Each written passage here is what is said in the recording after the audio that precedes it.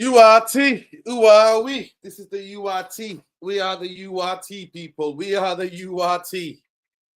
Big up to everybody. Please smash a like on the video. Subscribe to the channel if you're not already subscribed. Manchester United should have fucking won that game today. Manchester United should have won the game today. We were the better team. I don't care what anybody says to me. If you watch that game again, Manchester United should have won that game. We were the better team. Big up to everyone who's here. Big up Leon, who already says, Happy New Year, man. Big up Leon. Appreciate the super chat. Love. Big up. Yeah, Manchester United should have won. Yeah. Big up to everybody.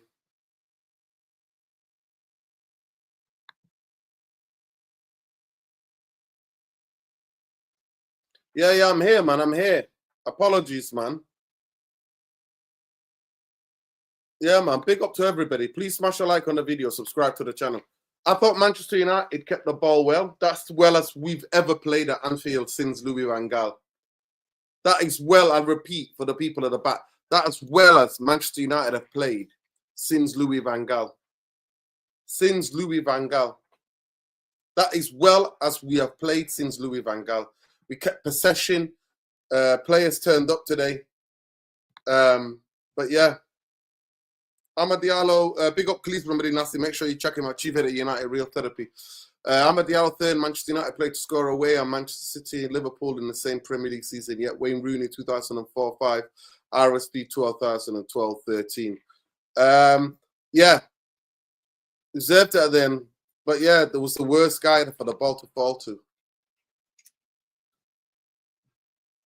Yeah, we did. We scored 2 fantastic goals. And Manchester United should have got all 3 points today. We were the better team by an absolute mile. That's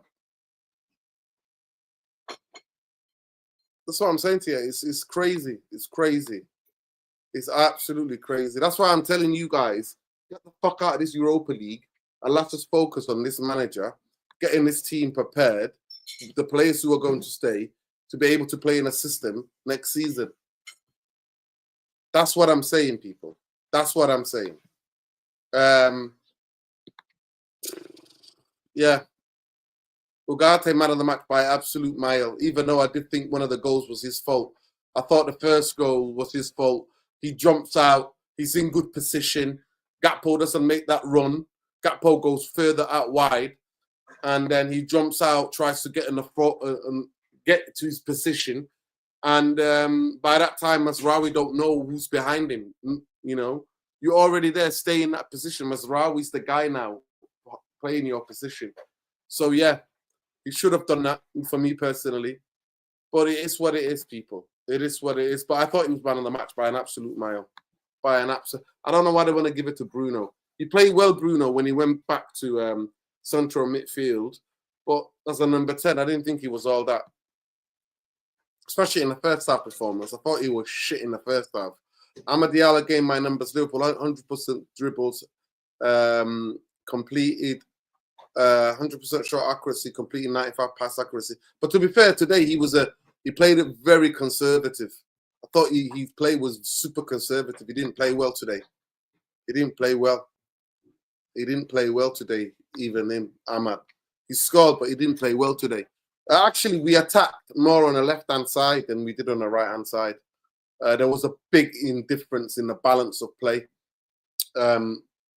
We were a massive threat. Trent was back to what Trent does at Manchester United. He's either brilliant against us or he's horrendous like he was today. And Diego Dalot actually did all right. Got an early yellow card. Did all right in the match. But like I said to you guys, it's okay turning up against fucking Liverpool in Anfield. It's okay. Well, can you turn up in your next game, home or away? Can you turn up? Getting motivated. There's no motivation. Zero motivation for Anfield. But I thought in possession today, we were superb. In possession, we were superb. I think De Ligt is unlucky for the second one. Yes, he dived in, but he should know better. He should know better. He's not a kid. He's not a kid anymore. He should know better not to dive in like that on Gordy Gakpo. But I thought for the penalty, a handball. I thought he was unlucky. People, please smash a like on the video, subscribe to the channel. A lot of people watch the channel, but nobody likes the video. Can you just fucking like the video? Not asking you for nothing. The channel is still shadow banned. Luwani, how are you, bro? Good. How are you doing, brother? I'm disappointed, man. We should have won that game today. I thought United were a better team. I thought we created a better chances. I think Liverpool had loads of shots, but I don't think they were that great today. I'm not gonna lie. I agree with you. We should have won that game. We were the better player in terms of the setup and the game plan. At the beginning, nobody would have given us a prayer for this game. Even myself, I had my doubts. You know, the chatter on social was like we were going to get smashed and all of that. But we thought we were getting smashed the way that we've been playing lately. Yeah, I was looking at it all week, saying the only chance we have to get out of that with a result is if we are able to sit in a low block or a mid block, and then dare them to break us down. And it looked like that was the game plan today when Amorim sat in a defensive 5-4-1, and we kept the shape for most of the game. Yeah, at the beginning they were able to get in a couple of times, and after that, when we were able to settle and keep the ball and start passing it around, they got frustrated. Exactly the same scenario that happened with the City game. Starting with a back five, 4 in the middle, we kept the shape and we were able to frustrate them pretty much. And then after that, it's going to be a matter of who took their chances first. And when we scored, it was that game was only going to go to a draw. The way I saw it, either we won it or either it was going to be a draw. I think we have a very good game plan because we usually play on our right side through Ahmad. We usually a right side dominant team, but in this game particularly, it looked like we went to the left side a lot, and I believe that's by design by Amorim because I believe he was trying to target Trent on that side, whether it's because he knew Anislop is gonna tuck Trent in as a midfielder, or because Trent is just a poor defender. But it did work in our favor because most of our goal came from that area of the pitch where it's either by error by Trent or because we were getting so much change out of him. But at the end of the day, I think it was a great performance, and even we can cry about quality all like we want, or we can cry about the deficiency of the system all like we want, because that's what's being said online. A lot of journalists were saying that he might need to switch to a back four. Yeah, that's a discussion for another day. But something we cannot doubt is when you have the strength of 11 players, that the odds are stacked against them, and they mentally resolute, and they sitting compacted, they playing for each other, you have a chance. You always have a chance. And that's what's the highlight for me is today. And that's the positive that I take from that game.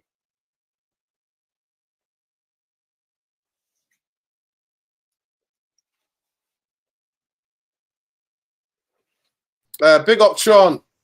Yeah, I'm frustrated. I sit here today, and I sit here now with you guys, and I'm frustrated.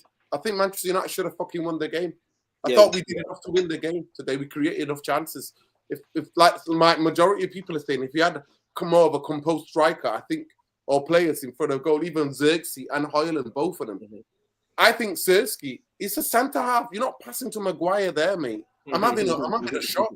I'm having a fucking shot from there. It's centre half scored today, no? Centre half scored a fantastic goal. Yeah, but Maguire's not that type of centre half. Sandro Martinez is more technical, man. Behave yourself, Sean. What did you think of the game? Don't argue with me. Just what did you think of the game? I'm not giving Maguire a tapping. I'm not doing it. Yeah, I don't want to argue with you. I just don't think it's reasonable to expect that in the heat of the moment at Anfield, in that very moment, as an attacking player, Xerxes should have had the presence of mind. I'm never passing to a centre. No, I'm going for goal myself. That's not the right way. That's not the right way of thinking it, because as a football player, you will always want to ask yourself, is the player making the right decision in the right circumstances? And if the answer is yes, then we cannot criticize him. For me, he didn't. That's from a close angle, right? And he does not score that goal. Everybody will be up in arms that why? No, I'm not bothered. I'm not bothered. To me, I would recommend the bravery to take it on. It's a last minute. You're a fucking a forward player. You should be able to have a shot there. I'm not. To me, unless you put it in the air for Maguire, I'm never in hindsight. It seems like a bit of a reach to me. I've analyzed. Go and watch this channel. Go and see the old videos. I've analyzed Maguire. Maguire is never scoring anything on the floor. He's not that type of guy. You put the ball in the air, he might be able to score you a goal. He can't sort his feet out quick enough. He's not that kind of guy. He's always way down on his fucking heels. He's never on his toes. He doesn't anticipate things. That's why he gets twisted around. So that's what I do there, guys. Knowing everything I know about Maguire, I think you're the only one who wants to argue this point, Nuruddin. Like, no, because I know about what type of player it is, especially the way Maguire scored that goal. We're not having this conversation right now. If Rasmus missed that goal, we are having a conversation about Rasmus out of the club right now. No. Because he was selfish. No. But listen, that's where we go. At the end of the day, I have zero expectation. Zero fucking expectations from Harry Maguire. Sean, how did you see the game? Do you think? I don't. For me, like, frustration is not a feeling I think we're entitled to as United fans at this point in time. I think frustration suggests that we thought we could get anything out of this game going into it. So all I feel right now is gratitude. No, I'm not talking about what you thought before the game. I'm talking about what you thought, the 90 minutes of what you saw. 97 minutes of football you saw. Do you think United was unlucky not to win the game? Yes or no? Simple as that. I think we got the results we deserved from this game. We would have been lucky, on the contrary, to snatch a victory at the end. That would have been lucky. I think a draw in the 90 minutes is a fair result from my perspective, because Liverpool had some chances that they missed as well. I don't want to hear anybody talk about how poor Liverpool were today, or how, the ice was too much on the grass, and that's how. United today were fantastic. So for me, we get all the credits. The United team, Amorim, Bruno today had a fantastic performance, which I have to acknowledge. So I think, Amorim is likely going to highlight the fact that for the first time in a long time, he had, I think, 3 consecutive days of training with the players. And maybe some of that is showing basically in what we saw today.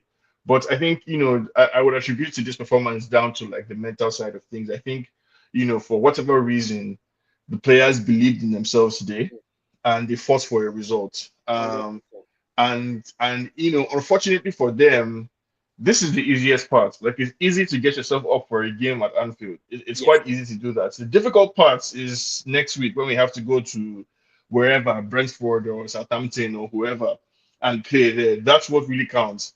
And I'm hoping that, we can now kickstart, because they've shown themselves that they can do it, because they've done it at arguably the toughest place to play football in the world this season is Anfield. And this United team has gone there and played, I think, giving Liverpool a tougher game than he faced so far this season, from my perspective. So I think they proved that they can perform at a very high level, right? I think this also should dispel some of the issues many fans had around the quality of players in the squad, because it looks like there are players who can, to a large extent, perform, at a very high level.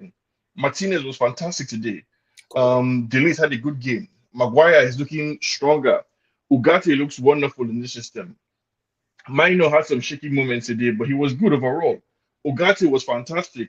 Bruno had a almost perfect game today. Dalo remembered that he's a footballer. And was able to take on his man. So with a few tweaks here and there, a replacement for Højlund. I think, Ahmad, great goal by him today, but I would have loved to see a bit more from him earlier on in the game. But yeah, perfect all around, wonderful performance from United today. I think it's all on us. All credit, goes to the United team. I don't want to hear anything about Liverpool being bad today or them being unlucky. I think we took it from them. We were fast, just as fast as they were, just as eager to win the second balls, just as strong in the tackle.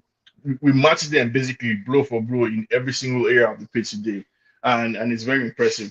I think the team has set a standard now, and the task will be to maintain the standard that they set today. Whether or not they can do it, I don't know, but I think I'm very encouraged by what I saw. I agree with you, Sean. He's very No, less listen, I don't give a fuck about what Liverpool below their best. I don't give a fuck about Liverpool. I personally believe Manchester United were the better team today from minute fucking one. We were more composed. We had them on toast. And if Bruno in that first half, I thought he was fucking bullshit in the first half because he got into so many amazing positions, right? And he's wasting the fucking ball. In that first half, the last pass, we did everything. We played through their midfield, which has been amazing this season. We went past their midfield. We attacked them down the right-hand side.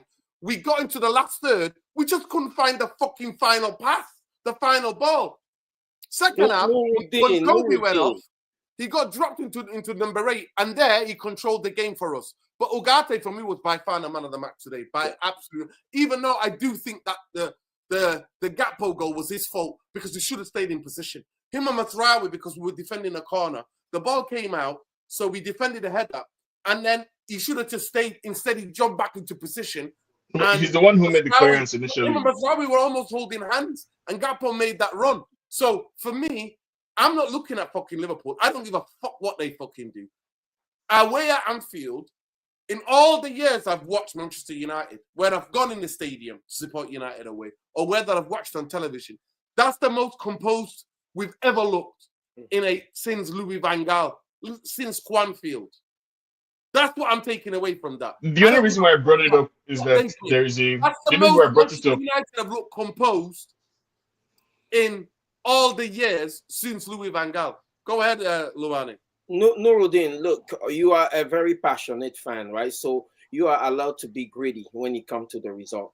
But I've not agreed with Liverpool.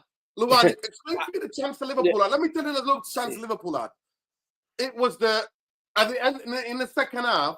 The chance that they had was that header from the fucking corner, but he was stretching. And it's not a proper chance because he's stretching to try to settle it.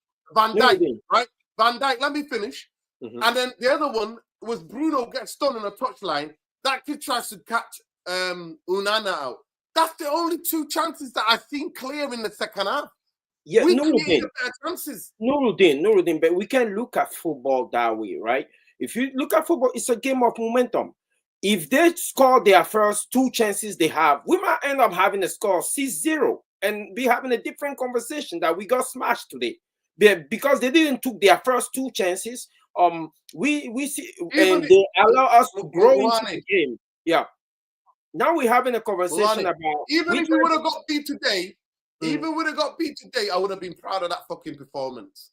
Even if we would have got the result, would have gonna get. I would have been. I would have been because I don't think you understand. I genuinely don't think you guys understand. Maybe, I don't know, maybe you two have never been to a United game at Anfield, like as a fan. But the place is, for that, it's like a proper fucking derby. The linesmen, the referees, they shout for fucking everything. The fans try to intimidate United players. Like I said to you, Louis van Gaal, in my lifetime, is the most composed Manchester United have played. And we've gone there and won 3-1 or 2-0. Do you understand? But I have never gone there, even when United have won, and thought, this is an easy game. I've always looked at the fucking clock and gone, shit, how long to go? Because anytime they can equalize, then the place can go crazy. What I'm saying to you, since Louis van Gaal, that's the most I've seen United composed in terms of we didn't treat the ball like a fucking hot potato. We actually made use of the wing backs. We actually saw Diego Dalot actually taking a higher position. Like what the fuck he was doing against Newcastle, where he was holding hands with the fucking centre backs. He was actually taking people on. We actually, Ahmad came in more central at times, kept the ball for us, kept a bit more composed. I wanted to be isolated one-on-one with Robertson. So to me, I don't just look at win or lose. I've told you this before. I look at the tangibles. How did Manchester United play? How did Masraoui do in his duels, positioning? Where was Sandro Martinez? Did we give them the space? Did we jump out? Did Maguire go and follow his guy? Did we commit to tackles? Did we commit to 50-50s? Did we just watch people and like shadow press them and let people play around us? No, we didn't do that today, majority of the game. So what I'm saying to you is that I'm trying to explain to you this, to me, Manchester United have put in a shitter performance and come out and won games at Anfield.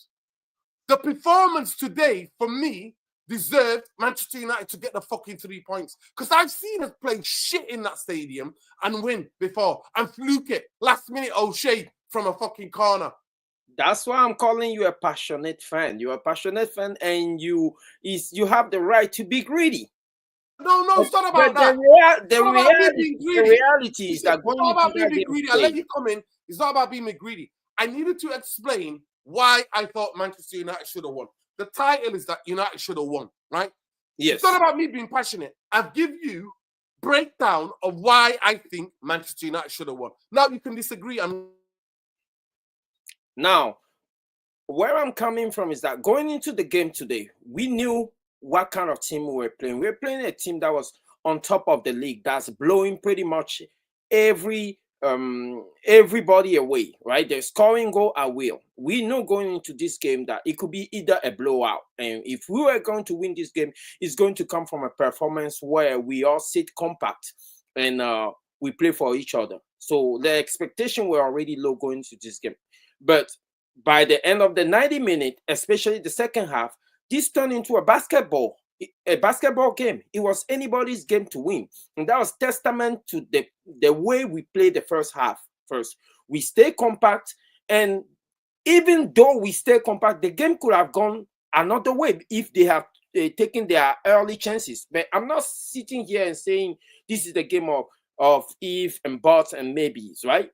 But we were able to sit that first wave off, and we were able to start playing football, keep them frustrated. And after that, it could have been anybody's game. Yes, we played very well to win the game, but football games don't go like that. You know, this game could have easily ended. We could have a perfect game plan, come in and still lose this game by 6 or 5. The same way we could come in and play a bad game and still get on with a result. We played excellent today. And some of the players I'm really amazed by, especially Bruno. I'm gonna get off his back, okay, for the foreseeable future, because today I thought he was excellent. Ugarte, excellent. You know, and Dalot, probably his best game of the season.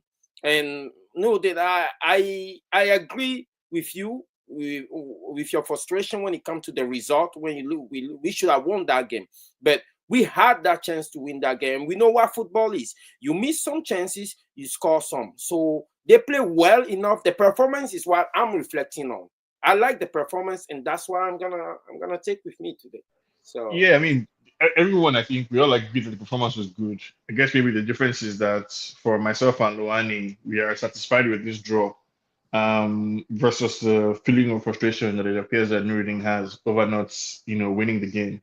And that's what I'm saying, that like, for me to feel frustrated, that requires me to have even thought that we had a chance at all. Even when it was 2-1, I thought it was going to just go from there to 3-1, 4-1, 5-1 or something like that. But we stayed in the game. And so for me, like, I'm impressed, full stop, like with the team, with Amorim, with his decision making so far leading up to the game, with the effort that the players showed today. Like, all around, it was a quality performance, and I think the difficulty, unfortunately, is that they have to build on this performance. Like, this cannot be another one of those false dawns, because we've had many of these, like, false dawns where we rise up to the occasion for a big game against a major rival, and then for the next few games we lose. It's too bad that our next game is against Arsenal, and we can't really build any league momentum per se following this. But all in all, I think it still puts us in a decent position, for where the team is, because I think this should be encouraging for all the fans, especially as it relates to the players. I think we have a solid defensive base to work with. We have a solid centre back three or four. Let's not argue about it.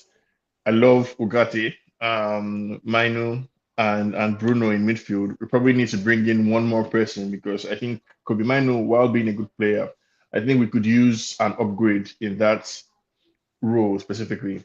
I think we could use one for Ahmad as well. And we could use one for, so I would upgrade four positions: one Mino, Ahmad, Højlund, and Zalo at left wing back. If we can get some upgrades in those four positions, I think the rest of the team is fairly solid.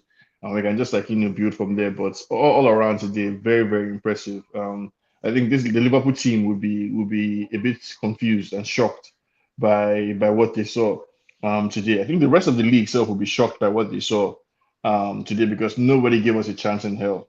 Not even United fans. But hopefully everybody can get some confidence from this. I'm surprised. It looked to me like we content being the underdog. But today we limit a team that's high scoring coming into this game. We limit them to 2 goals. One of those goals was individual brilliance. I don't care what anybody said. Gakpo display individual brilliance. They're cutting in and putting it in the corner. And the other goal was a penalty. They scored 2 goals. They didn't score more than that. And that's the description of those 2 goals I just gave you. We scored a goal that was well built on a cutback.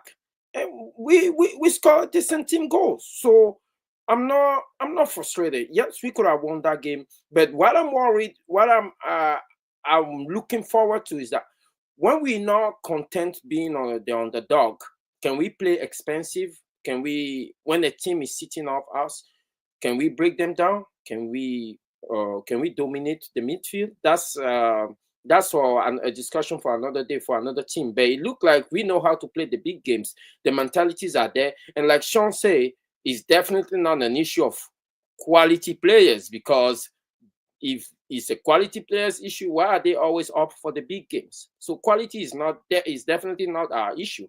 Our issue is more for when we go from a defensive posture to attacking. When we shift to attacking, how are we constructing our attacks? Are we predictable when we attack, or is the personnel adapted to attack in the way Amorim want them to attack? And that's what I still need to see when we play the smaller team.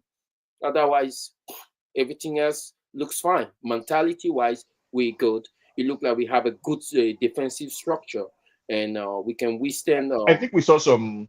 I think we saw some creativity today, right? Because what we saw from Dalot, I think, is exactly what Amorim wants more of. Take on a man one on one, try and beat a man. If you want to progress the ball up the pitch, sometimes it's not every time you can pass your way around an opponent. You have to take your man on. And I think that's an important part of what we need to do. Push up when we recover the ball in defense, instead of Dalot and Mazraoui to be, their default setting appears to be sitting back. They need to drive forward. And I think we saw some of that creativity today against a very well defensively drilled team. I think if we're able to keep up the intensity in switching the play as well from left to right.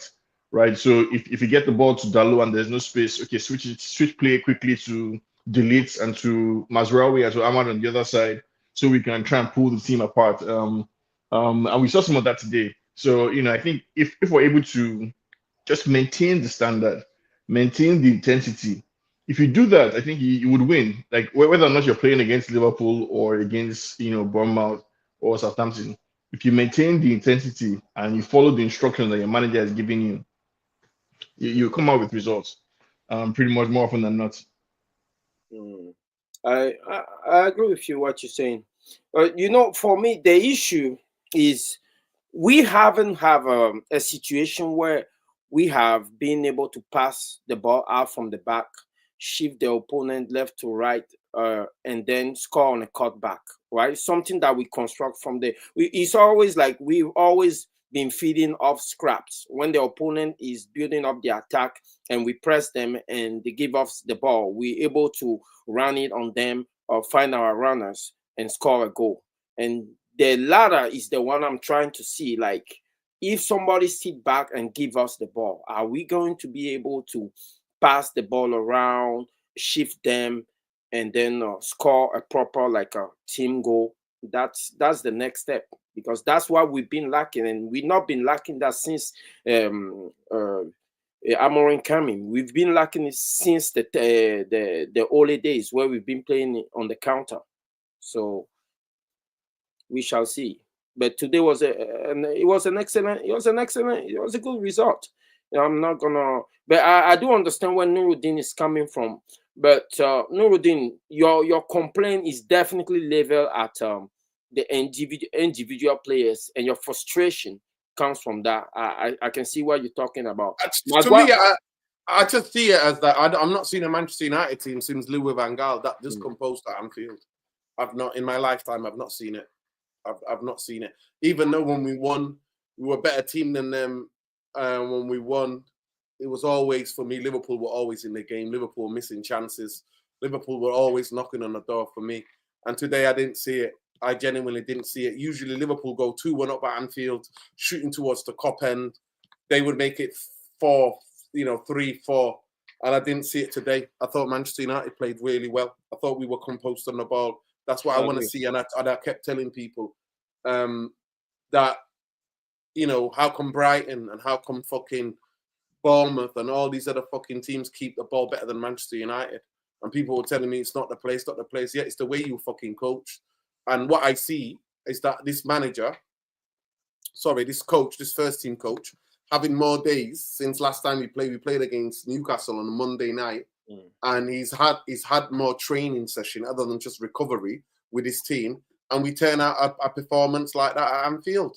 So for me, I always say, anytime a new coach is coming into a football club and you try to have a distinct style of play and you're trying to move with a way of playing, a philosophy and a principle, lay down the foundation, I think you need to give the guy the opportunity to be able to do that. That's why I'm not asked about this Europa League business and any of this shit. But yeah, the test will be fucking Southampton. Let's see.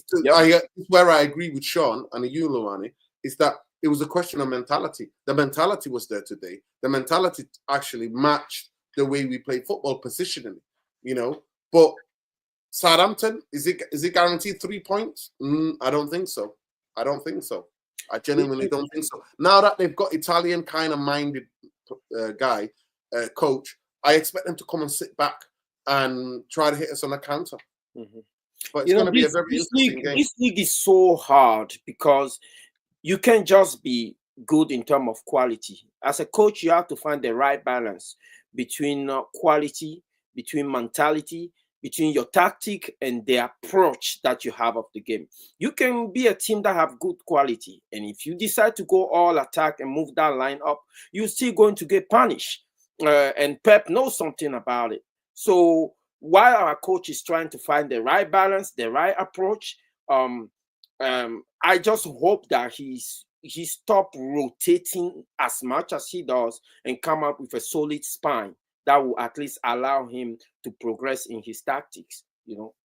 That's my take on it. Before the beginning of this match, when I'm pretty sure when we all saw the lineup, we were not in awe because Nuruddin and I watched the previous stream and you were talking about why don't we play wing back why don't we play Anthony and Ahmad as wing back? Why don't we play attacking players as wing back and we play defensive players? So yes, today when I saw that lineup, I'm like, oh, okay, we're in. The approach is probably gonna be to defend again today. I look at the Maguire in the middle of that center back position, and I'm saying, oh, okay, Diaz versus Maguire. That's not a good matchup for us, but we kept the ball from them. And every time you can keep the ball from an opponent, you prevent them from using it the way they want to use it. And that's always a plus for you. And that's a good thing. So I think we saw like the core of the spine today. I think Amorim's spine includes Onana, Delete, Martinez. I don't know Maguire yet right now, but Delete, Martinez, Onana, Mazraoui, Dalot, Ugarte, Kobe Mainoo, Bruno, and Ahmad. So I think these are what now, seven or so players. Everybody else is interchangeable.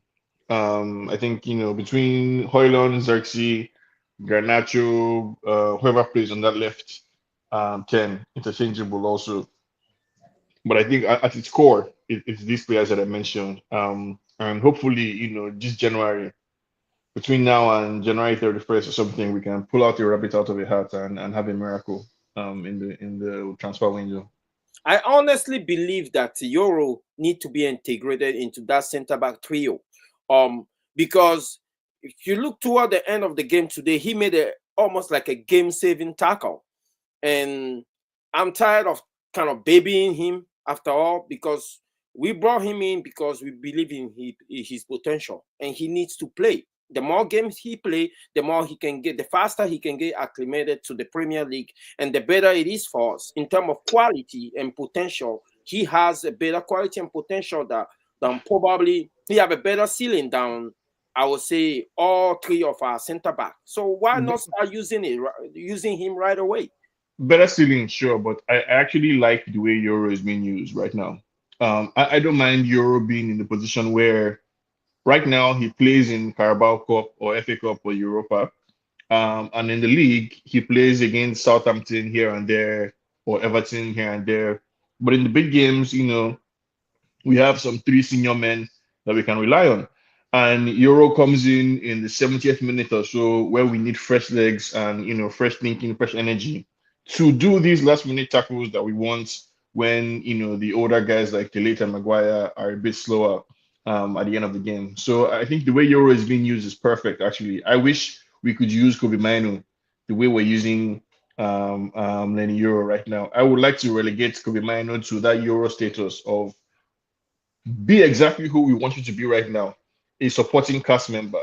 Right? I don't want to be in a position where we're relying on Euro as our main starting center back. I wish the same thing was happening for Højlund as well. I wish we had a position where we could actually have Højlund and Xerxes be coming off the bench the way we're using the Euro right now.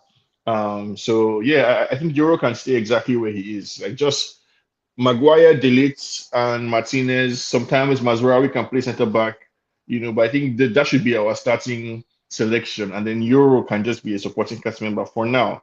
While we ride through this storm, basically. It's just my conception, because I'm not a fan of substituting center backs in to almost toward the end of the game to preserve a game, because I believe out of the three positions, the striker, the midfielder, and the center backs are the hardest to integrate in a game when the game is free flowing and the game is fast paced. So I believe if they're not intended into giving him a full half or a full 90 minutes, we shouldn't be getting to the business of substituting in center backs to when the game is on a knife edge like that. That's just my conception.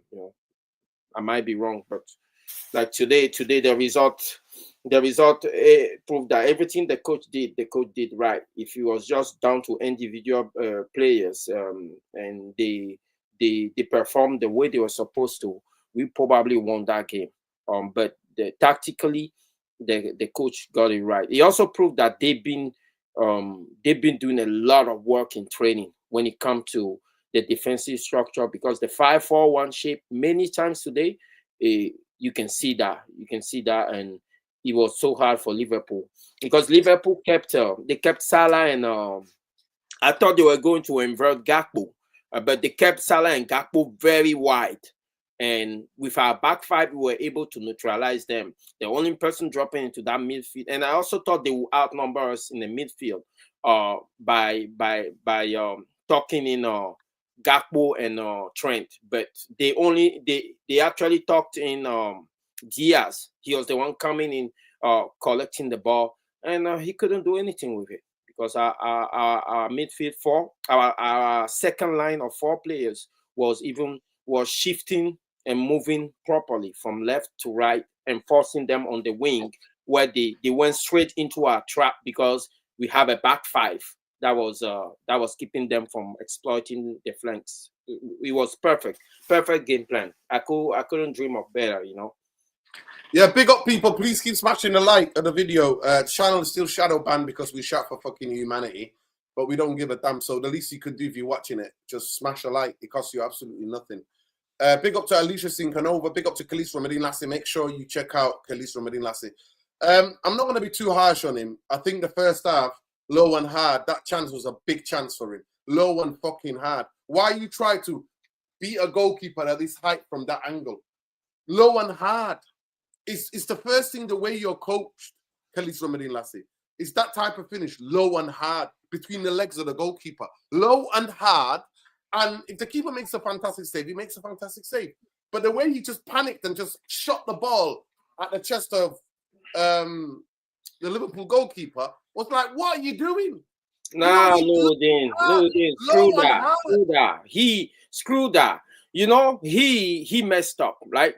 You're not giving us anything in the game. You're not giving us any link-up play or anything. When that ball came, he made a lot of unselfish runs today in the game. I'm not gonna lie to you. I'm not gonna. You know, when that ball came to him, yes, we all know Alisson is gonna make himself big. When they show us the shot in replay from the angle behind the goal, you can see in his face he had no conviction at all when he took that shot. He lacked confidence. That's crazy. You as a striker, and you're not giving us anything. You're a Manchester United striker. The least you can do is at least put the ball low. And he's striking right into the chest of Alisson. That's not even a save. Yeah, but come on, Luani. The whole team has not been a good. He needs to give us better than that. Look at Lisandro. Put the ball on the roof of the net, and that's a defender for you. Please. You know, you're a striker. Another day, Højlund scores it. The art of striking the ball in front of a goal with a goalkeeper. You know your angle. You know where you are. You know where the goals are. Come on. I think it's just a matter of confidence. Of making an excuse for this kid, man. Nah. I think for me, it's just a matter of confidence. I think the same thing that you were saying, that I was saying about Euro, I think applies to Højlund. Højlund gave us a lot of running. Like, he worked very, very hard. And he was up against Konate and Van Dijk, who, you know, not many strikers have had luck against those guys today. You know, I think this season.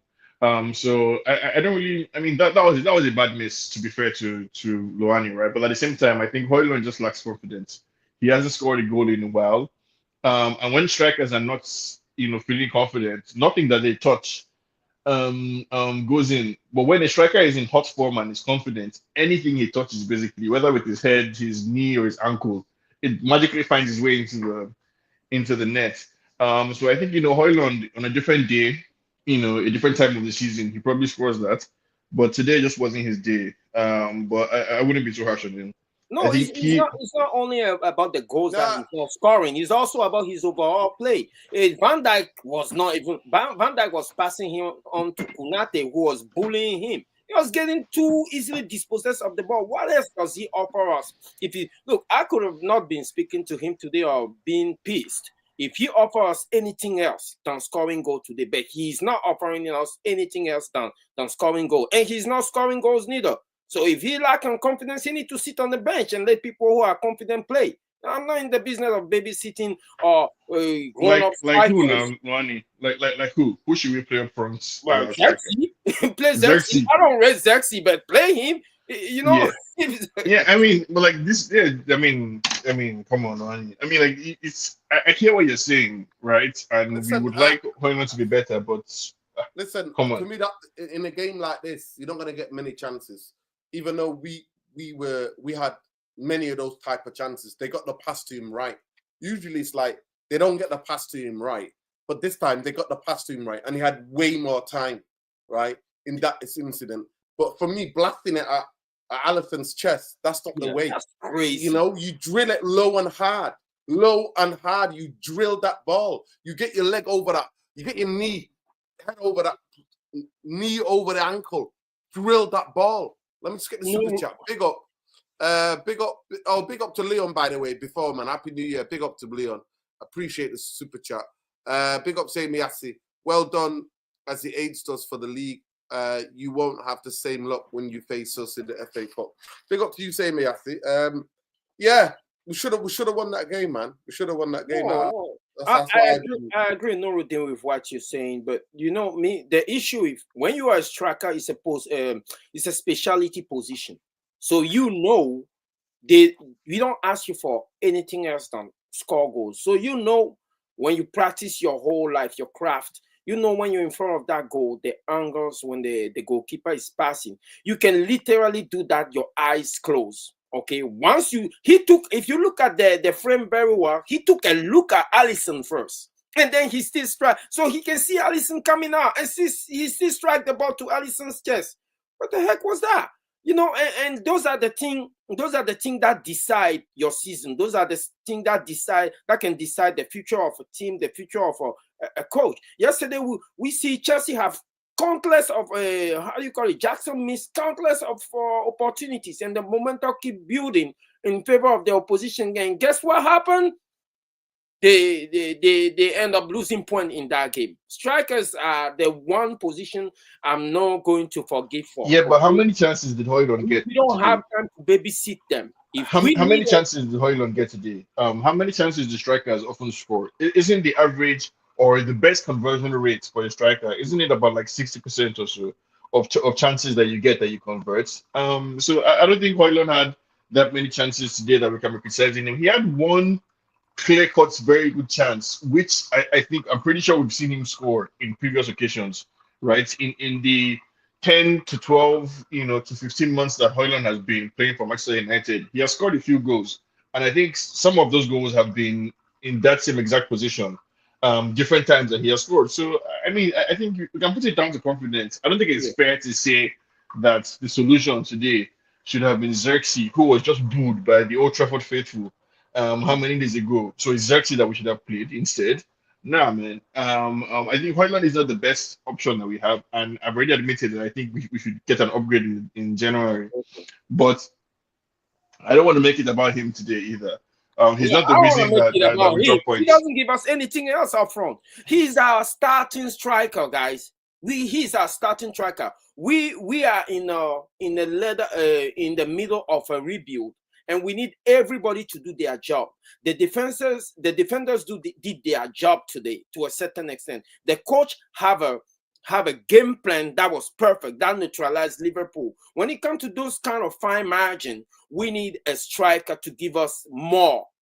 We need him to give us more. If he can score goal, then give us more in the interplay. If you can give us more in the interplay, then you can score goal. Then what are you there for? He's our starting striker. He's getting more minutes than anybody else. So he needs to go sit down somewhere, and bring somebody in. Then yes, we say Xerxes is not the solution, but if Xerxes is getting as much game time as Højlund is getting now, and Xerxes is not giving us the same output, then I can concur with that. But since he's a starting striker, he needs to give us more. It's not about the goal; it's just about the overall play. He can trap the ball. He's getting bullied around the pitch, and then when the chance comes to him, it's not even the fact that you can make the right decision. If he's striking low and Alisson save it with his foot now, I'll be like, yo, great save. You striking the ball into the goalkeeper's chest after getting your hand down and seeing him coming out, after seeing the goalpost, seeing your angle where you are. What the hell is that? What is that?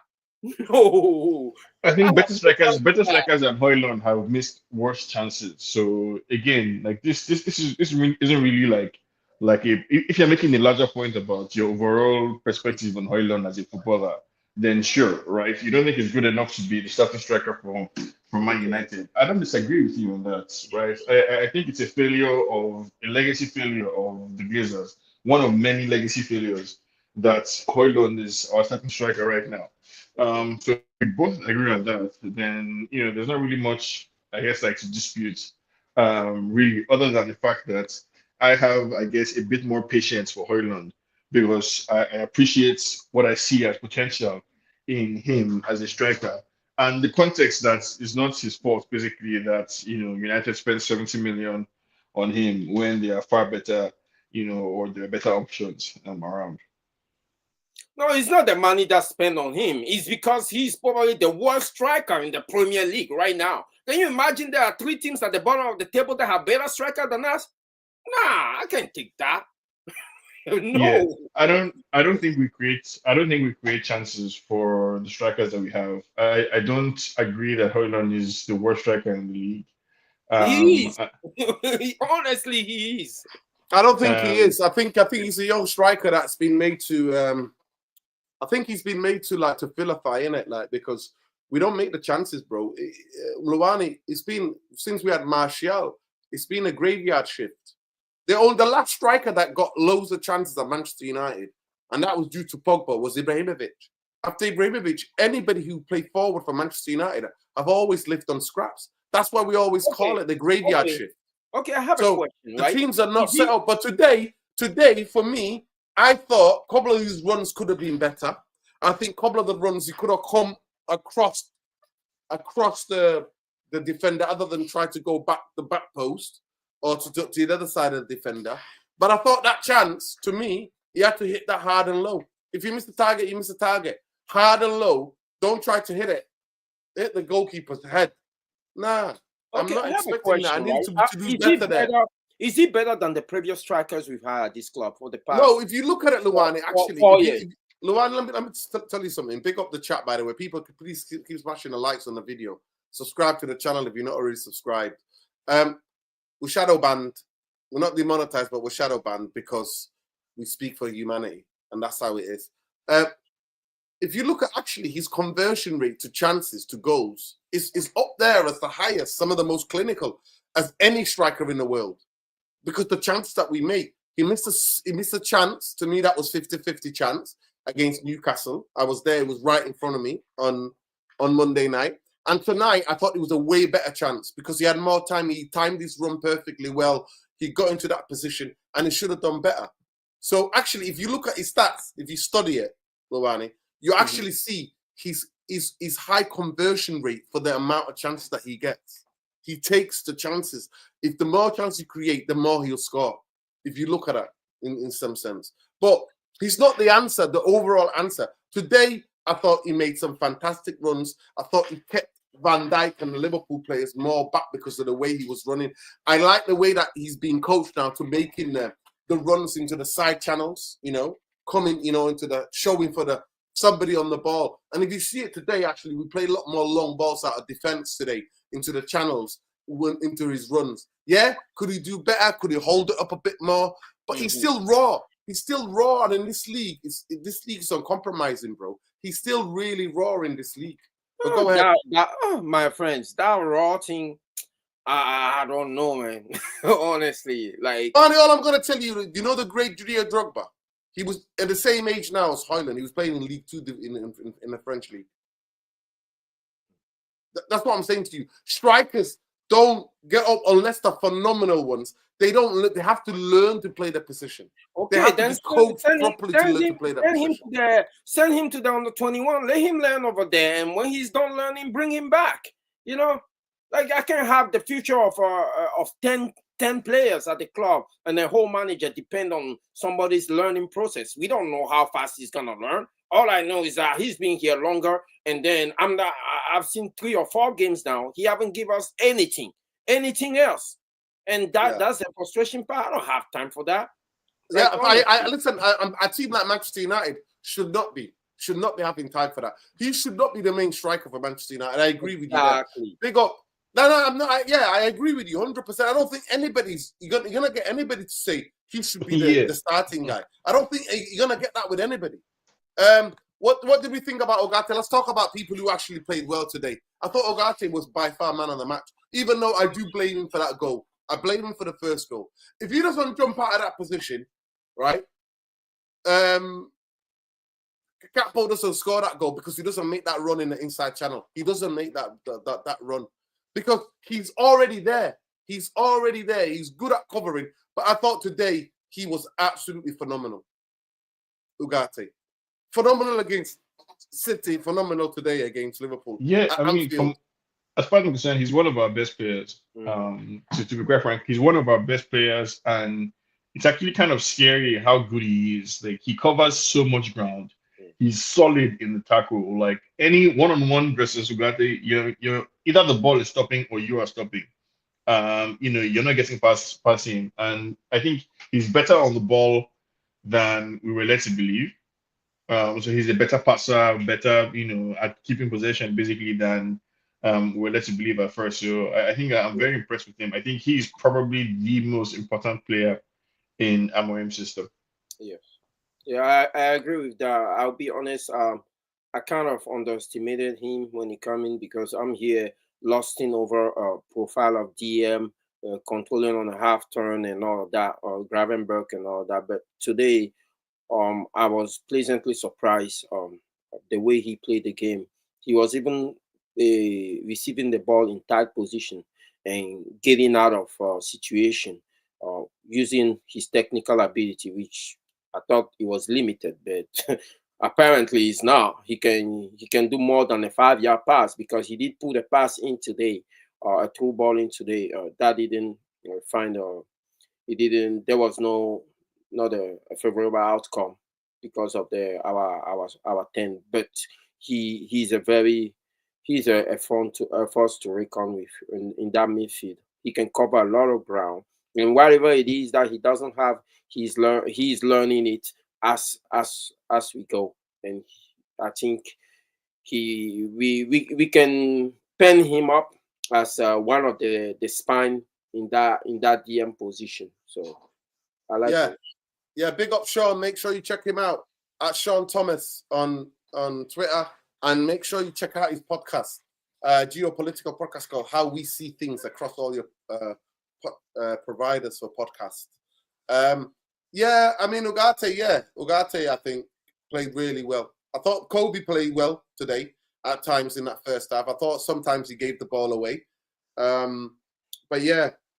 Martinez, I thought, showed a kind of leadership today. I thought he was quite good. I thought even Unana came on punch a couple of times. At times he was a bit risky. He made 1 or 2 saves.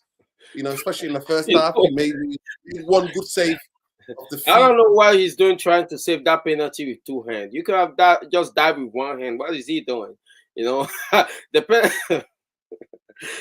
have a very unorthodox way of diving on low shots. So when I saw the replay on that penalty, I thought he could have saved it if he dived with 1 hand. He tried to save it with 2 hands. Who saves a penalty with 2 hands? This guy, man. But it is what it is. If hopefully he can improve on his mechanic. The game in general today, I was always worried about our 3-4-3.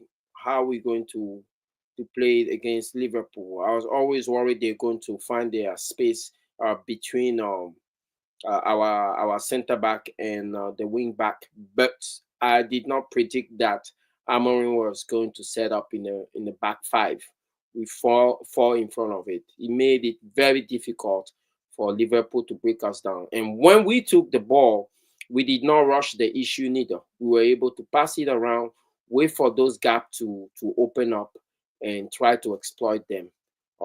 That's definitely the game plan against the bigger team. But then, like you said, the test now is when it comes to the smallest team. How are we going to play against them? Because Amorim, he said it, he was going to always attack one way. He's not going to adapt the system. How are we going to attack the small teams, especially if they set up in the back 5 to block our wing back? How are we going to progress the ball through the middle? And that's something I'm waiting to see. So yeah, it's going to be very interesting. It's going to be very, very interesting. I thought Liverpool were good at times. Obviously it's at Anfield. It's a derby. It's the biggest game in English football.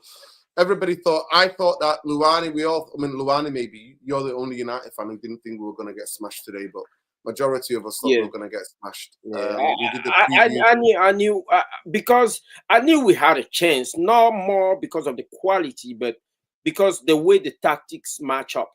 Because I went back and watched the game of Liverpool against Leicester, and I thought that was one of the most difficult game of the season because all up on Leicester went up 1, and then all up until the 80th minute, it was still a tight 2-1 game. And I said to myself, you know what? Leicester stay compact behind the ball, but we have better quality than Leicester. So if we stay compact in the mid or low block, we have a chance because we have better attackers than Leicester, and we can make them pay. And yes, they did walk straight into our trap, because I was just praying that Arne Slot will move that line up. When he split both center back, he moved that line up. And as soon as I see Van Dijk and Konate moving all the way to half line, I knew we had a chance. We had a chance. We just have to keep the ball and wait for that space to open up. Quality was not going to decide that game eventually, but it did actually. So yeah, big up to the people in the chat. Yeah, I rate both of these players, Delap and Dibbeling. I think they could their future ballers. I personally believe. I think Manchester United, a proper football club, would snap them up 100%. Yeah, they should be snatched up. People are saying sell Højlund. I think you're being a bit too harsh, but I respect people's opinions, innit?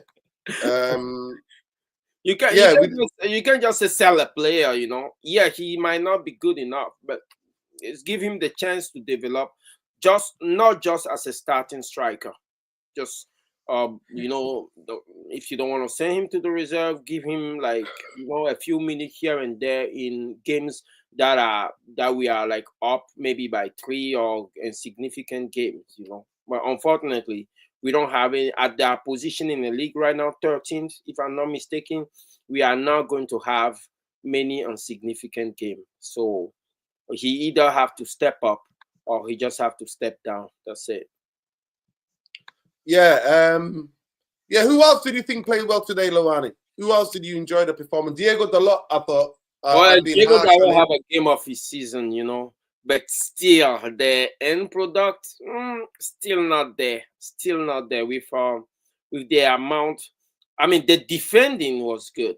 I like the defending. I thought in the first half he was quite bad at defending, still losing his man, still losing track. But I thought as the game got better, as the game went on, attacking wise, I thought he became a massive threat. Go ahead. I'm not gonna lie to you, right? I don't like Bruno, but honestly, today I have to give him his props. You know, I thought second half he played well. I thought in the second half he played. I thought in the first half he was fucking frustrating, Luwani. How many times did he have the ball? How many times did he have that ball? Yeah, but it depends on what you're expecting from him. Bruno is a limited player, but what he does, he really excel at that. What I start liking about him is that he is not greedy with the ball, right? He released the ball really quick, and when he played in midfield, I thought he was. That's the most I've seen him composed in the big game. Most composed I've seen him in the big game. 100% agree. When Kobe went off and he dropped into the number 8, that's the most composed I've seen Bruno. I agree.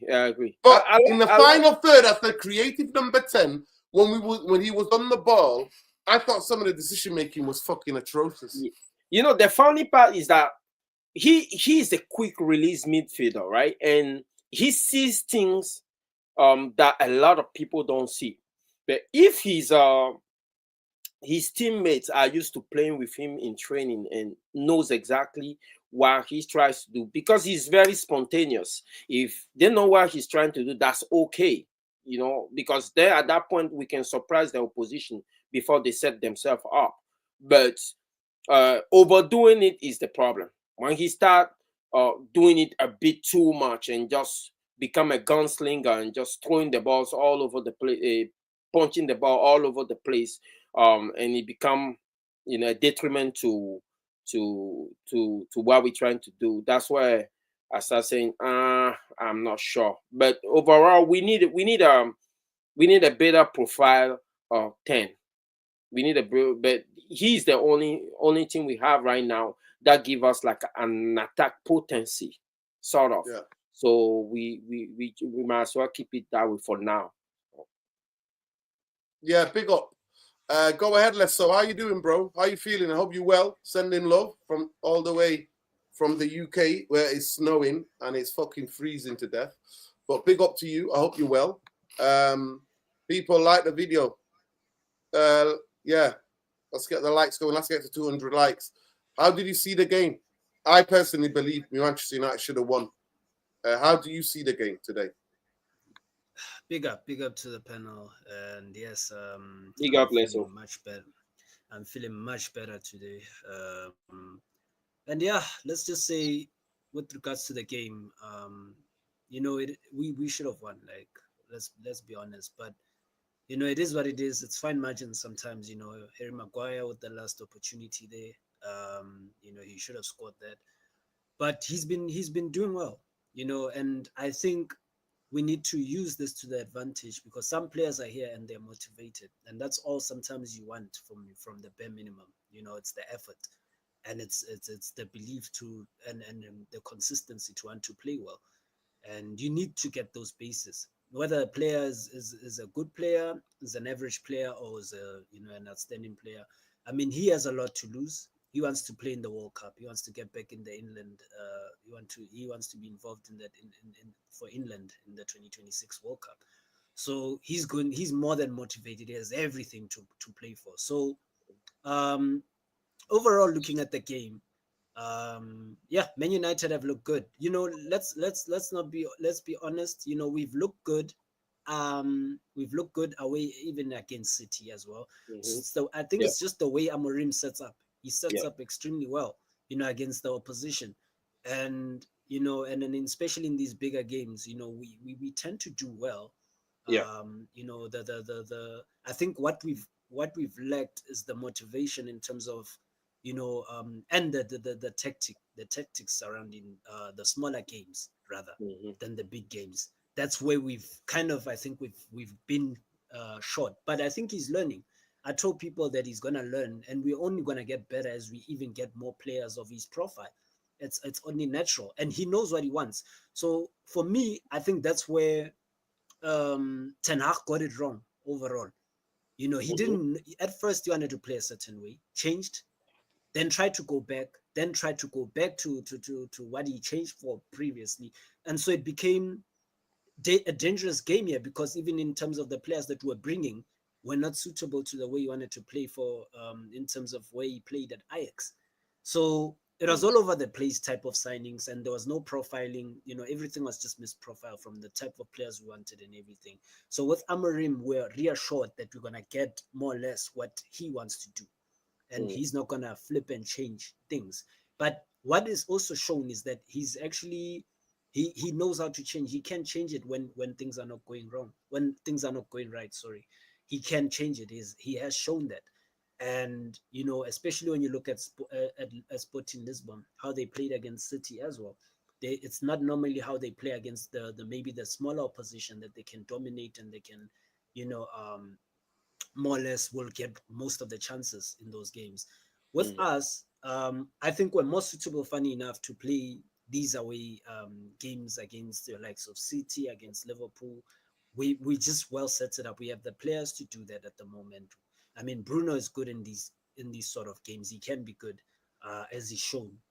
But the problem I have with him long term is when we get all the Amorim players through the door, and our system is now perfect, and it's now a matter of now everyone executing their duties week in, week out. Are we going to get the same types of performances from Bruno? Are we still gonna have a situation where he's the 10 and he's just losing the ball and doing the bonus like he was doing today, during the game? And we long term we may need better than what we have from him, what we get from him. That's what I personally think.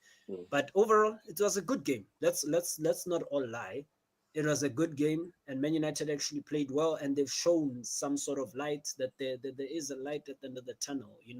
There's no way you can give out a performance that like we did, and then on the other end say we can get relegated. Something has to give at some point. So You see, yeah. you see, Leso, me, I'm not even like concerned about him getting his own players in, and what I'm looking for is the expensive version of this system. Before the game, I was watching the commentators. Rebecca Lowe, I was watching it on NBC. Rebecca Lowe was talking about how Amorim is married to the back three, with the wing back system, and he's not going to deviate from that. And that might the possibility of that might not work in the Premier League. And Gary Neville also said it last week. And I went back and watched some of the game, and I could see maybe where they have a point and where they don't have a point. Right, when we're playing with a back three and the wing back, naturally, we open up the field, but we're playing with one player less because we're building up in a three. Anybody playing a back four leave their fullback up the pitch and open up. They push their two center back wide and put the goalkeeper in the middle. So they're building with two center back and a goalkeeper, and while we're building with three center back. So somewhere around, everywhere around the pitch, actually, a team playing with a back four will have the advantage of at least one more players because they have that one player extra over us.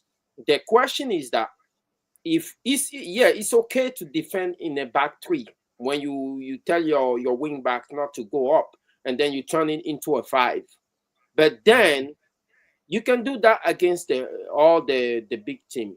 But when you're trying to be expensive with that system and push your wing backs all the way up the pitch and having three defenders only and being outnumbered in the midfield, those channels will open up.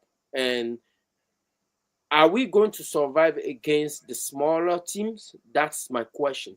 Would the expensive version of this 3-4-3 work in the Premier League? That's the long-term question. Yeah, We are yet to answer. I think you hit it. You hit it on the nail there. You hit it. It's 100% what you say. Firmly agree with it. Long term, it will not work. That system has proven not to work against the smaller teams. You know, if you look at why we struggled, even under Louis van Gaal, we struggled with the 3-5-2 formation against the smaller teams, more or less. You know, and then they used to try and exploit us a lot. You know, and we struggled to score as well. You know, they just set up well, and then they just made sure that we couldn't, you know, more or less create as many chances as we should have. If you looked at the games, yes, we controlled the games, but we couldn't kind of break down the opposition. And I don't think the system long run, uh, in a lot of games, let's just say majority, because obviously every big game, we don't play many big games. You know, more or less we play like about, there's like 6 or 7 top 8 teams, you know, in the league. But you look at your top 4, the traditional top 4, I think we're more suited. That formation that Amorim currently plays is more suited for those specific games. We will tend to actually get good results against the big teams if we play like that. But now the problem is now to try and translate that and to try and break down the smaller teams who are going to be more organized. We're going to sit back and presumably like try and actually get us on counter attacks as well. Because we're going to push. You know, if you look at our fullbacks, we're going to push and we're going to leave spaces from behind. And that's where these teams exploit the whole thing. It's funny enough, that's how we should have even played against Newcastle. And we did the exact opposite of that. And you see, then that's how they actually exploited us as well. Yeah, but you see, Newcastle game, I watched it because the Newcastle, they set up in a 5-4-1. They defended us in a 5-4-1 and lock up the flank.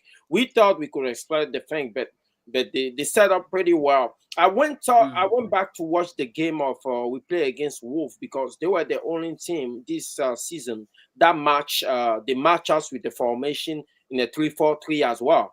It was a pretty even game. It was a game where they beat us, and is because they have better in the 10th position than us. They have Cunha and Guedes or something like that.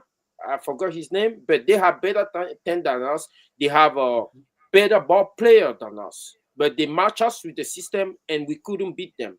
Any other game, any other small team that play us in the back five will neutralize our wing back, and then what are we going to do after that? That's what I want to see.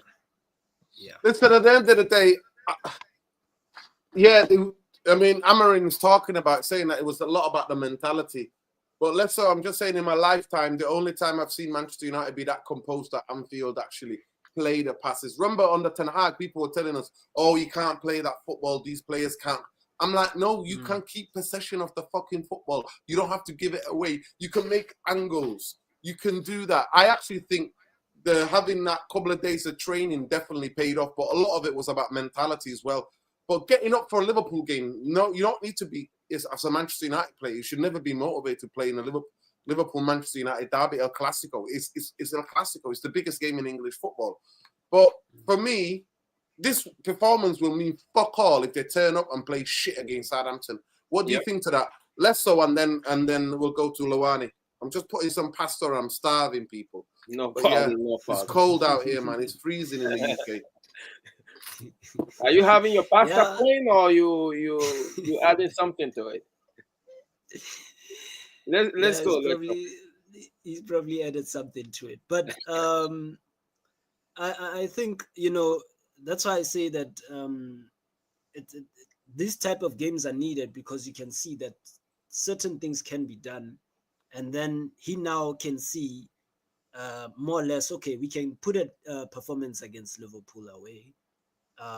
What can we do now against a smaller team? You know, and because I think he knows that that's where the problem lies now, because I mean, most of the time you play the smaller sides, then you play the bigger sides.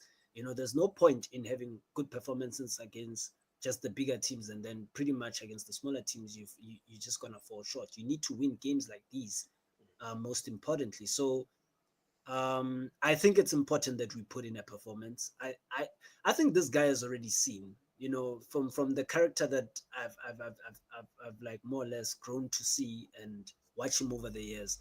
He's the type to assess something and never goes back on it. So even if these players go on a run, on a so-called fake run for the next 3 or 4 games, he's not going to change his mind as to what he needs and who needs to leave.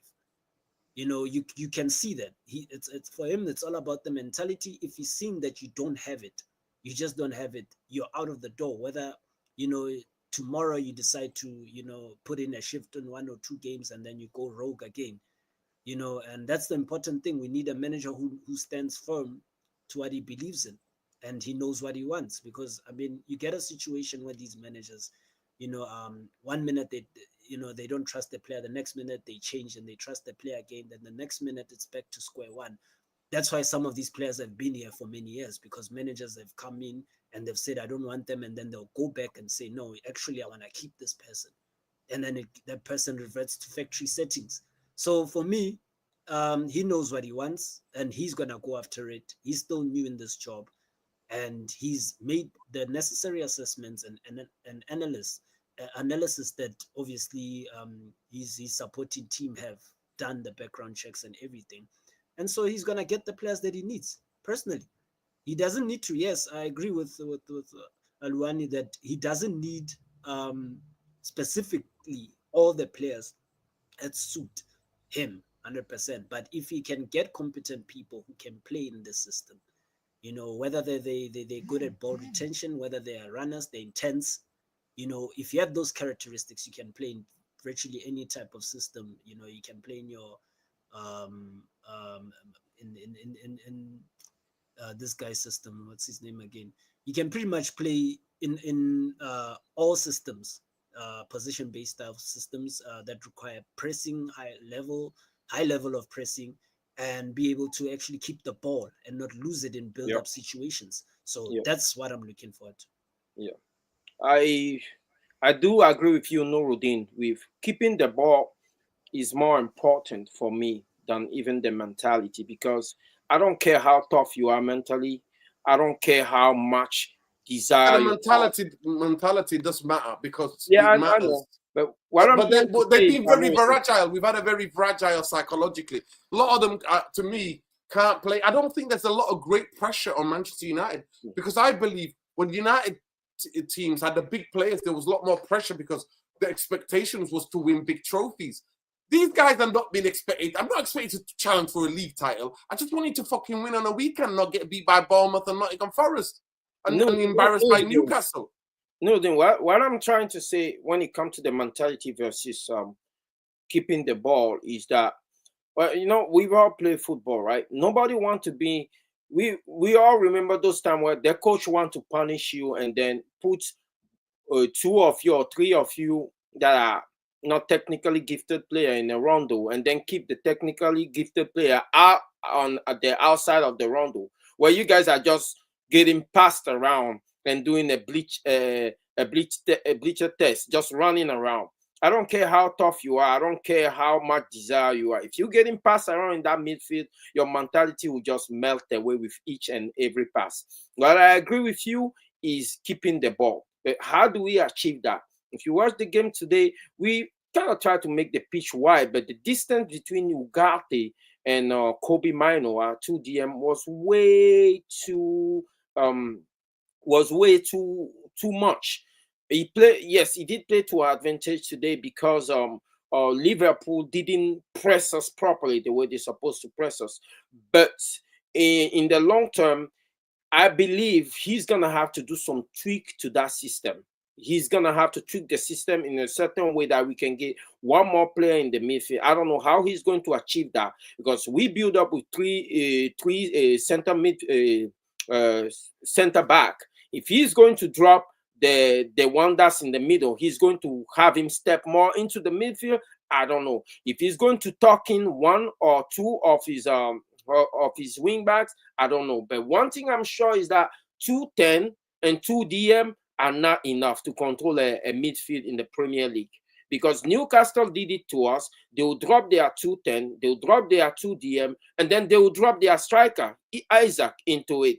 Liverpool did it today. They were dropping Diaz into the midfield. So eventually, yeah, it's all well and good to sit behind the ball with 9 men, but if we start becoming expensive and our attack is now directed toward our wing back, are we going to be able to hold weight in the midfield? And one thing I know, every time you give a team the ball and you give them a lot of the ball, you give them a chance to pass you around in the midfield, they will find those space behind your wing back. They will create chances and most likely they will win the game. So if you want to keep more of the ball, like Nuruddin said, which should be the emphasis going forward, he's gonna have to tweak the system somehow. Today I saw Ahmad going from the left wing all the way to from the left hand position, from the right hand position all the way to the left hand position, and then seeing Bruno waving him back across, or Bruno redirecting him, telling him, yo, just stay there, I'll take him and Bruno were pretty much like interchanging. I don't know if that's by design, or I don't know if that's something that they're doing on their own. But in a game that is that we are attacking and we have less numbers behind the ball, those kind of switch are not going to go unnoticed, and they're not going to go unexploited. And that's my worry. How is he going to tweak the system to keep a certain shape while attacking through the middle? Because for me, it's not an issue. It's not much an issue of personnel. It's going to be an issue of the system itself. I've seen him play that system with better quality players and get beaten convincingly by a Premier League opposition. Arsenal, so we will see.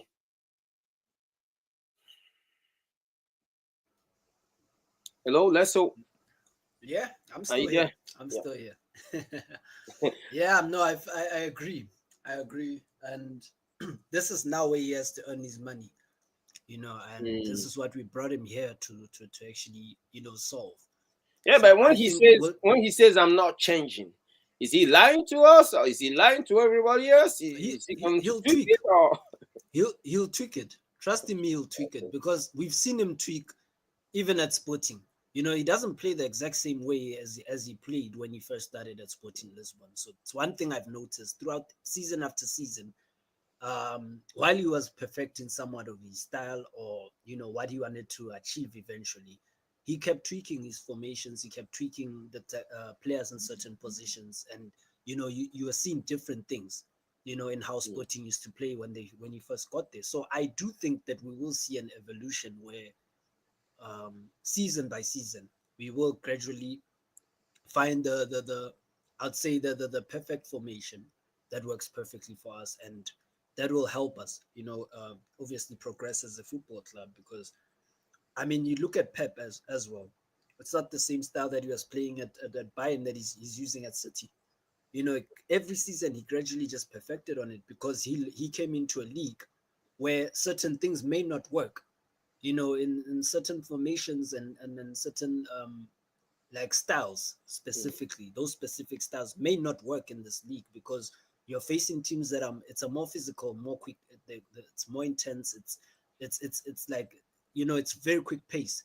So a lot of factors need to be considered. You know that a lot of teams, the smaller teams, are more compact and they try and play the counter attack, and they play whereas in your Bundesliga, everyone, you know, more teams are more expensive and they're more position based. Smaller teams try and play you off the park.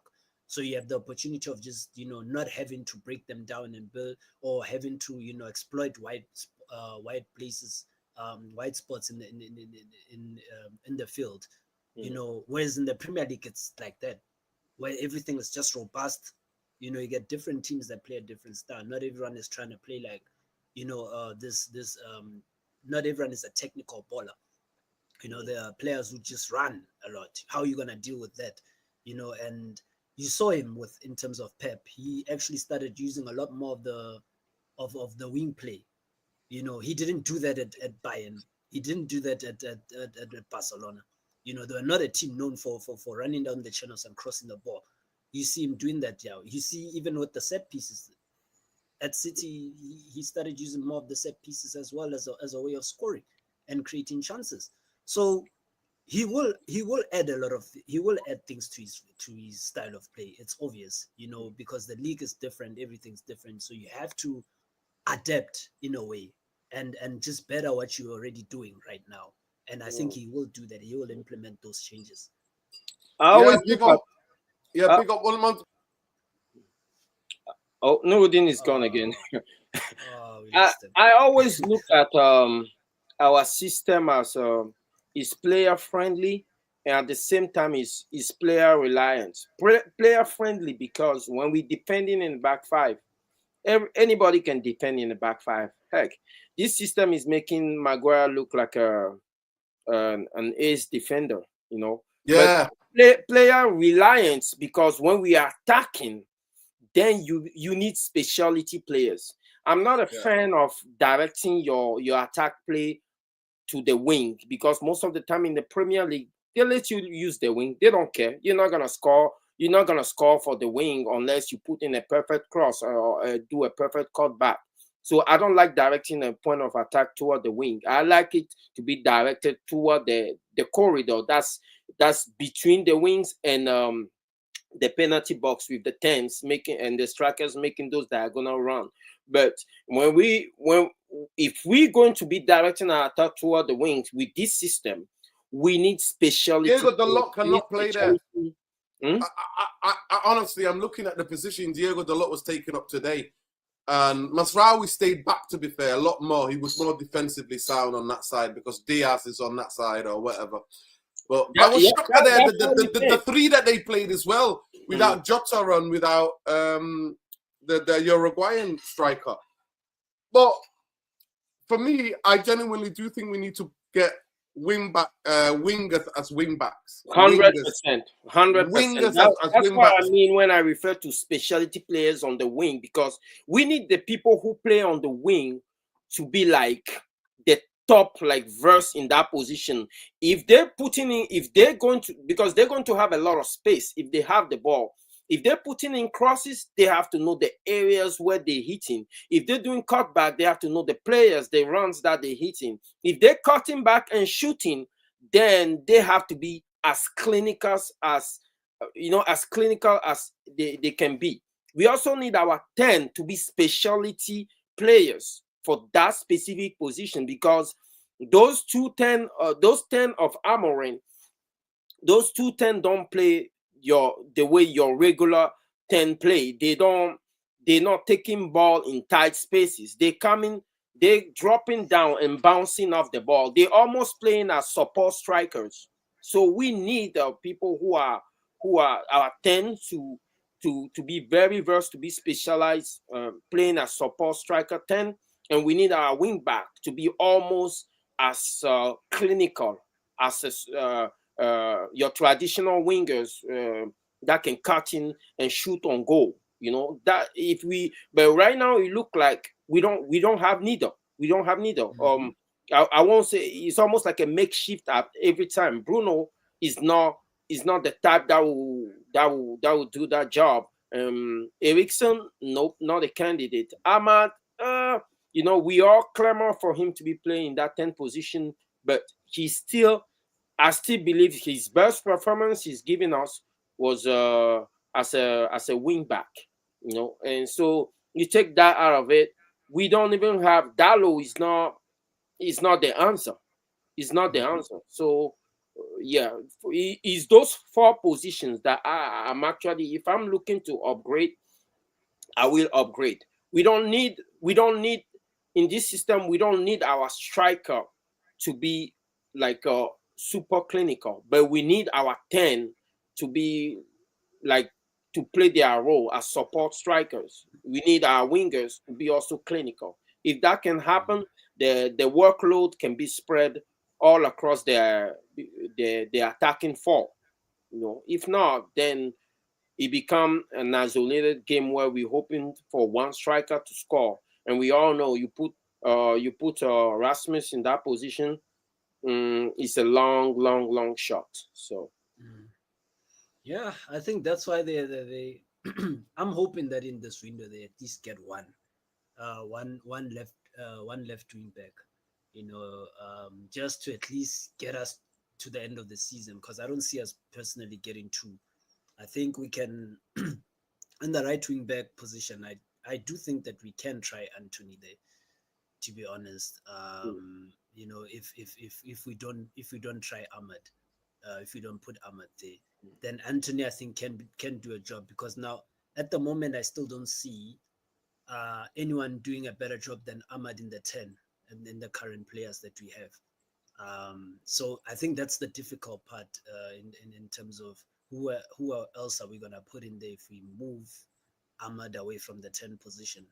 He's better suited than anyone, even better than Bruno, funny enough, in that position, because he's good in the ball retention space. He ensures that he protects the ball. He's a threat, and he's well disciplined.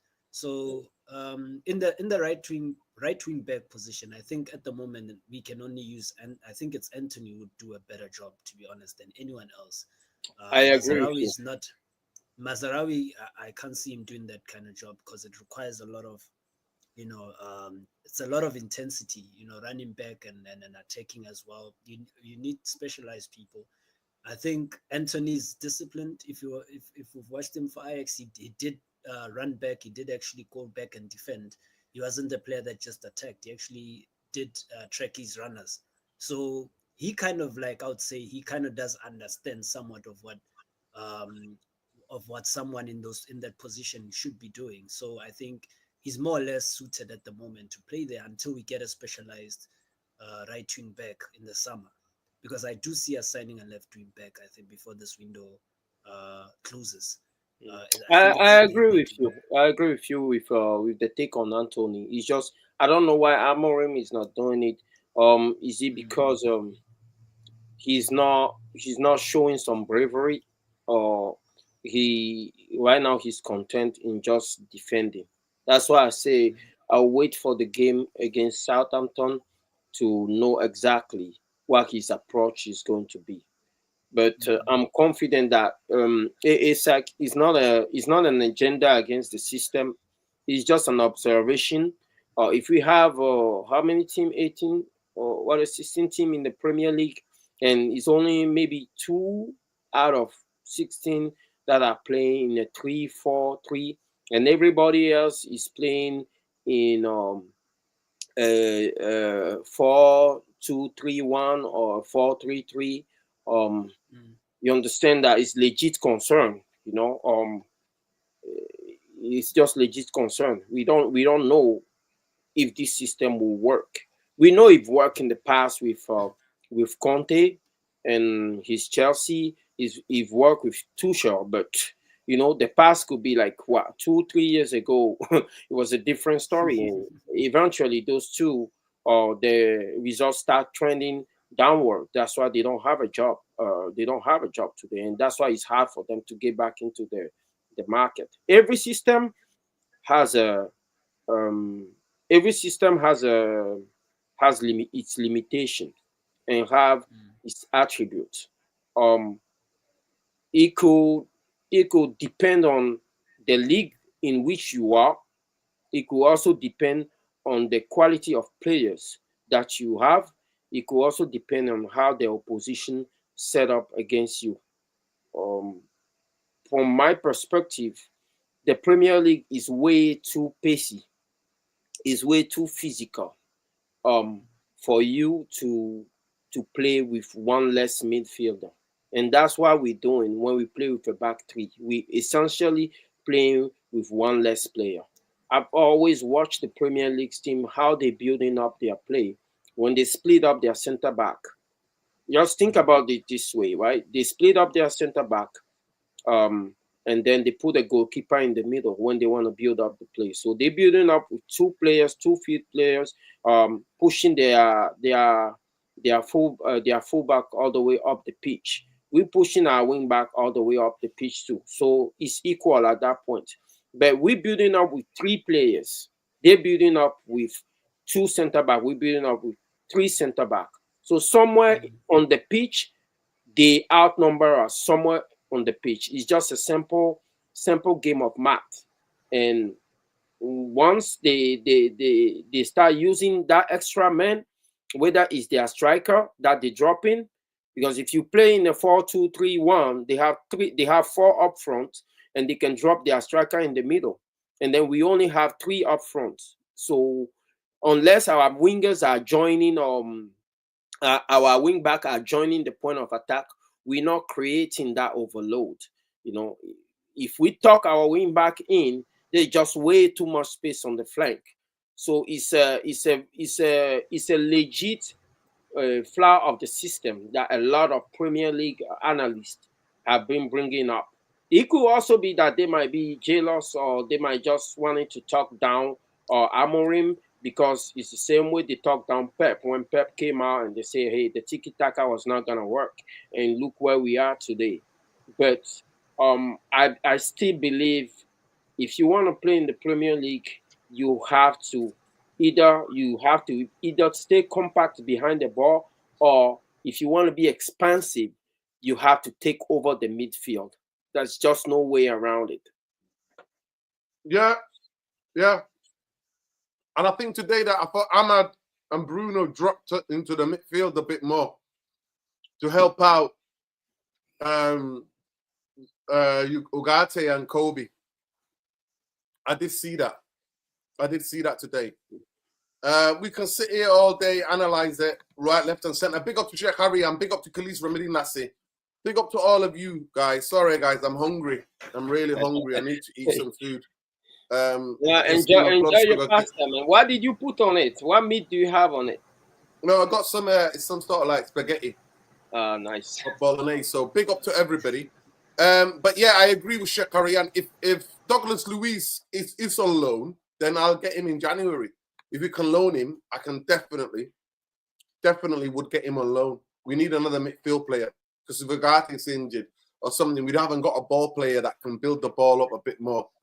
And Kobe did play well today, I thought, in it. And you know, like I always say, guys, going to Anfield is not easy. It's not easy. You know, he gave the ball away a couple of times. It could have been very dangerous. You know what I mean? One of them could have scored, but they were playing against the best midfield combination in the league this season. That's who they were playing against. And actually, I thought they more than matched them. So we definitely need it with reinforcement in midfield, but we need wingers who can play as the wing backs. That's what we needed. 100%. That's why I love today. You know, I was praying that we played the game instead of playing the occasion, and that's exactly what we did. We had a game plan. We played the game. We did not play the occasion. I was also praying that whoever had Mo Salah on that side played the player instead of playing the name.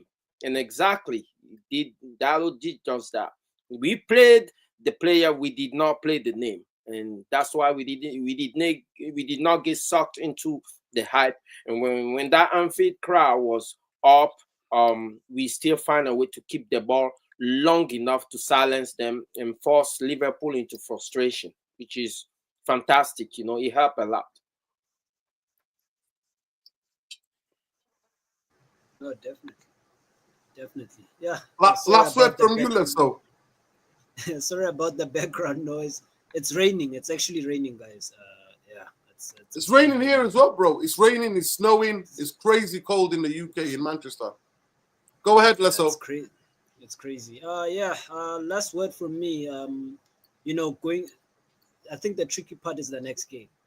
I think we'll know more or less what we need to know, and you know, all our questions will be answered in essence, and how we're gonna go forward with whatever that we've done. I don't look at today's game and say and drop my conclusion on everything.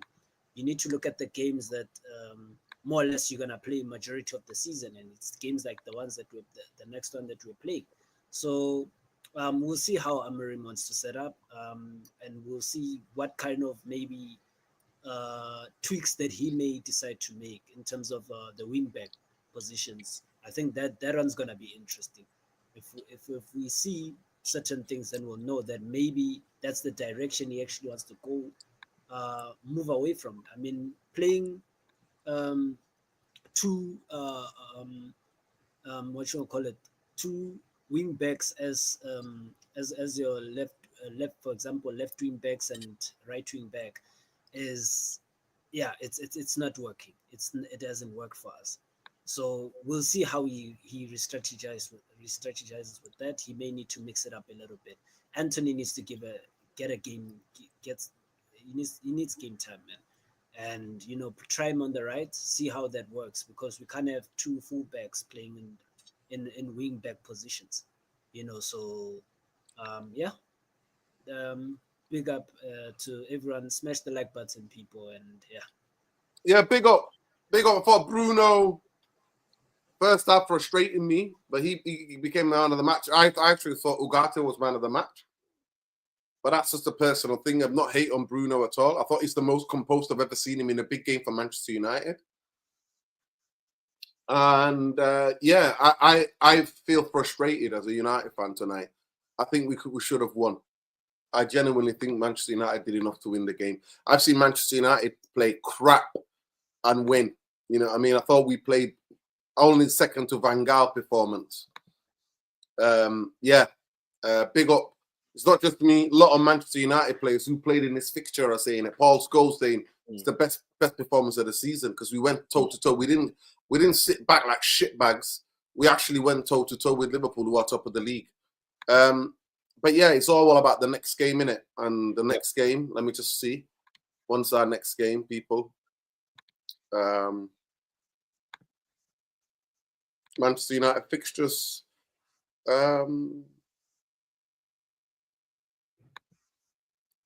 Next fixtures for Manchester. Bear with me, people. We're 13th on the table. I have to go all the way down to go and see. So we play Arsenal in the FA Cup on Sunday at 3:00, and then we've got Southampton on the Thursday night. We've got Southampton, so we'll be there. We'll see how it is, people. But please, people, smash the like. We're not going to move up the table by getting a draw against Liverpool at Anfield. The only way we're moving up the table is beating the teams that we're supposed to beat. The team that are seen as lower quality, inferior to us, basically. The game today just showed me that it seemed like when we are the underdog and we can dig in, defend, pass the ball around and frustrate superior opposition, we can win a game. But the next step, and that have always been the case for the past 5 years, is when we try to be expansive, we try to direct our passes forward and be the aggressor. Can we win a game of football? Can we win it convincingly? Can we win it by a large margin? That's a completely different question.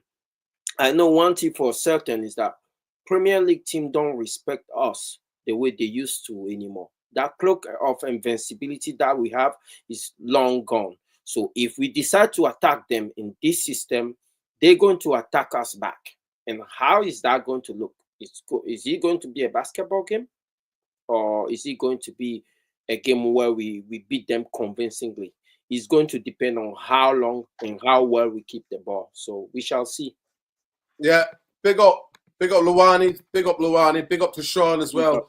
Big up to Lester for jumping on. Big up to Jarvis. Make sure, people, please, you go and subscribe to Jarvis's channel. It's called Tactical Devils. I need you to go over there now, people, and go and subscribe to his channel. Him and Stu, I hopefully did a breakdown of the game. So yeah, you should go and check it out. We need to get him to 1,000 subscribers ASAP so he can monetize. So people, please go head over there. I'll put it in here in the chat there. Tactical Devils, go and check him out. And hopefully we'll see you. I thought he was going to jump on today, but we'll see him in the next one. Yeah, man like Rick Astley, Alicia Sinkanova says. And welcome back to the channel, Alicia Sinkanova. Big up to Sheikh Ariane. Big up to Chief Editor United Real. Big up to Khalis from Medina, Chief Editor United Real Therapy. Guys, as Reds, I'm quite frustrated. I'm quite disappointed that we didn't win the game today. I thought for the performance, Manchester United did more than enough to win the game. Me personally, in Anfield, it said they created 4 big chances. We created 3, and our keeper made I thought, one good save. The one where the goalkeeper was trying to catch him out. I didn't think that's a chance. You know what I mean? I don't think that's a big chance. That's just a fullback trying it in the near post. Yeah. Like we always say in it, please smash the likes on the video, subscribe to the channel if you're not already subscribed. You got to help us fight against the algorithm and shadow banning. The only way we can do that is to get the videos out. So please like, share, clip, whatever you want, and share it amongst people for the channel to grow. We want to grow organically. We don't want to grow. We don't clickbait here. We interact. We treat everybody here as part of the community, as long as you stay reasonably respectful. And you're not effing and blinding or dehumanizing people. Because we eff and blind. Here is real, raw, and is red. You know what I mean? On this channel. We keep it 100%. We see the game totally differently. It gets heated sometimes between me and Mulwani, Lesso, Sean, Bumbaye, Jarvis. It can get heated because that's how it is. Passion. Football. And if you're not emotional or passionate, then I don't know what we are. So I want to big up to everybody who liked the video. And please subscribe to the channel as well, those of you who are subscribing. Free Palestine, free Lebanon, free Haiti, free Congo, free Sudan, free everybody, free people who are oppressed in this world, whether it is locally, nationally, or globally. We stand with people. And free Syria as well. And fuck the GCSEs while we're there as well. No exams can ever determine you as a human being. Big up to Luwani all the way in our New York state. Big up to him, bro. Fuck fucking Zionism while we're there as well. Fuck the Glazers and fucking Ineos. Big up to the players today. Big up to the coaching staff as well. I thought you acquitted yourself like a Manchester United team should. And I know that majority of us were amazed watching the game, but we should never have to be amazed. It should be the given playing against our biggest rivals across the pond. Not across the pond, but on the 45 minutes away from Manchester. We're really close to each other, the Manchester and Liverpool. If it's not that much traffic, you can get to city centre by city centre in 45 or 50 minutes. On a train, it's 45 minutes. Glazers and Ineos can fuck off.